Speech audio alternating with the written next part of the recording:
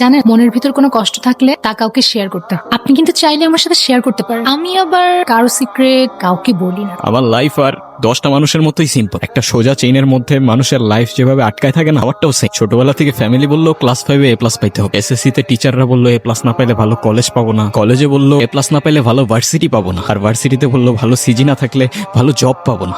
শালার আমি এক একটা করে সবগুলা করলাম, তারপরেও সেই জব থেকে আজকে আমারে বের করে দিল। আমার মাথার উপর এতগুলা টাকার লোন, মানে আমি পুরো 18 বছর যেই জবের জন্য গাধার মতো খাটলাম, একদিনে সেটা শেষ। আসলে আমাদের সোসাইটিটাই এমন, সারাটা জীবন আপনাকে পুশ করে যাবে, কিন্তু আপনি কি করতে চান সেটা কখনোই আপনাকে জিজ্ঞেস করবেন। এই যে আমাকেই দেখুন, ছোটবেলায় বাবা মা মারা যায়, তারপর থেকেই আঙ্কেল আন্টির কাছে বড় হই, কিন্তু যতই বড় হতে থাকলাম ততই বুঝলাম আমি তাদের বোঝা, তাই আর বোঝা হয়ে রইলাম না, বেরিয়ে পড়লাম। কিন্তু বের হয়ে দেখি বস, টাকা ছাড়া এই দুনিয়ায় এক গ্লাস পানিও পাওয়া যায় না।